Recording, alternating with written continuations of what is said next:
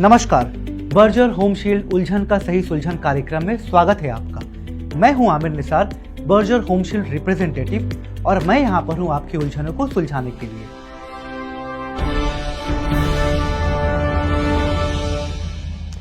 आज हमारे साथ है अमित ठाकुर जी, जो पेशे से एक ठेकेदार है। उन्होंने कमर्शियल किचन, हाउसिंग प्रोजेक्ट और बहुत सारे रेस्टोरेंट का काम किया हुआ है। अमित जी नमस्कार, बर्जर होम शील्ड उलझन का सही सुलझन कार्यक्रम में स्वागत है आपका। तो बताइए अमित जी, आपकी क्या उलझन है? टाइल्स जिस तरह सब लगाते हैं, सीमेंट का ग्राउटिंग करते हैं, मैं भी वैसे ही कर रहा हूँ। फिर भी क्लाइंट का शिकायत आ रही है। अब टाइलों का बीच वाला जो एरिया है उसमें क्रैक हो रहा है, उसमें से पानी छूट रहा है। अब ये शायद किचन में हो, किचन शायद रेसिडेंशियल हो या कमर्शियल हो, तेल, केमिकल वगैरह इसका काम तो चलता रहता है। अब सफाई करने के बाद ये ग्राउटिंग का कलर बेरंग हो रहा है और वो क्रैक भी हो रहा है। अब इसका कोई समाधान मुझे नहीं मिला अभी तक। आप कौन सा ग्राउट इस्तेमाल कर रहे हैं? ग्राउट तो ग्राउट होता है, उसमें क्या चुनना। चलिए पहले हम ग्राउट्स को नजदीकी से समझ लेते हैं। नॉर्मल ग्राउटिंग फुल प्रूफ नहीं होता है, ये बस एक टेम्पररी सॉल्यूशन है। पोरस होने के कारण इसमें पानी रिसने लगता है और ग्राउट सिकुड़कर बाहर आने लगता है। साथ ही साथ इसमें केमिकल या कलर्स का इफेक्ट भी देखने को मिलता है। कमर्शियल हो या डोमेस्टिक, इंटीरियर या एक्सटीरियर, पानी के ऊपर हो या नीचे, परमानेंट सॉल्यूशन के लिए यूज कीजिए Berger home shield epoxy tile grout. सही से टाइल जॉइंट्स को फिल और सील करता है, देता है एक डेकोरेटिव लुक। इसे आप फ्लोरिंग और वॉल के जॉइंट्स पर, stones, glass mosaic, ceramic tiles, vitrified tiles, marble, granite पर इस्तेमाल कर सकते हैं। वेट एरियाज में भी लाजवाब वाटरप्रूफिंग देता है। यूवी रेजिस्टेंट होने के कारण एक्सटीरियर एप्लीकेशन में इस्तेमाल किया जा सकता है। लचकदार होने के कारण इस पर तापमान के उतार चढ़ाव का भी कोई असर नहीं होता है। ये बहुत कम सिकुड़ता है, इसीलिए इससे आप 15 mm तक वाइड ग्राउटिंग कर सकते हैं।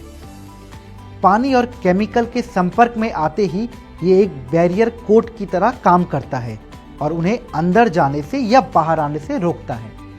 ये स्टेन रेजिस्टेंट भी है, इस पर जमे गंदगी या धब्बों को आसानी से साफ किया जा सकता है। नॉन सैगिंग होने के कारण वर्टिकल सरफेस पर भी एप्लीकेशन पॉसिबल है। Berger home shield epoxy tile grout hygienic होने के साथ साथ काफी शेड्स में भी उपलब्ध है। चलिए अब एप्लीकेशन प्रोसेस को समझ लेते हैं। सबसे पहले सरफेस प्रिपरेशन। टाइल फिक्सिंग के 48 घंटे बाद ही ग्राउटिंग करें। टाइल्स के गैप को 2/3 गहराई तक खाली कर लें। ज्वाइंट्स सूखे, साफ और ऑयल फ्री होने चाहिए। ग्राउटिंग से पहले टाइल एडेसिव सेट हो जाना चाहिए। जरूरत पड़ने पर साइड्स पर मास्किंग टेप का इस्तेमाल करें। चलिए पहले हम 2P के एप्लीकेशन विधि को समझ लेते हैं। सबसे पहले इपॉक्सी टाइल ग्राउट 2P के 2 कंपोनेंट, बेस और हार्डनर को मिक्स कर ले। रबर फ्लोट से टाइल के जॉइंट्स को भर ले। एक्सेस ग्राउट को साफ कर ले। कुछ समय बाद टाइल्स को गीले स्पॉन्ज या स्क्रबर से साफ करें। याद रखें, ग्राउटिंग के बाद टाइल्ड फ्लोर को 24 घंटे के लिए सूखने दें और 2 से 3 दिन के बाद ही इस्तेमाल करें।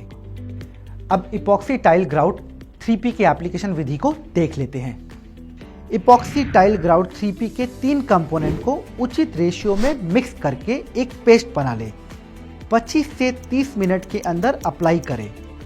ठीक जैसे टाइल ग्राउट 2P को अप्लाई किया गया था, उसी तरह से टाइल ग्राउट 3P को भी अप्लाई कर लें। जैसे रबर फ्लोट से टाइल्स के जॉइंट को भर ले। एक्सेस ग्राउट को साफ कर ले। कुछ समय बाद टाइल्स को गीले स्पॉन्ज या स्क्रबर से साफ करें। वाह, बर्जर का इपॉक्सी टाइल ग्राउट तो नॉर्मल ग्राउट से लाखों गुना बेहतर है।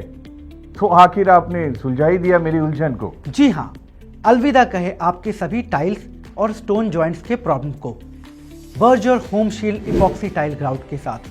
भरोसेमंद परमानेंट सॉल्यूशन जो रखे आपके टाइल्स को साफ, सुंदर, सुरक्षित सालों साल। अधिक जानकारी के लिए कृपया बर्जर होम शील्ड के एग्जीक्यूटिव से संपर्क करें।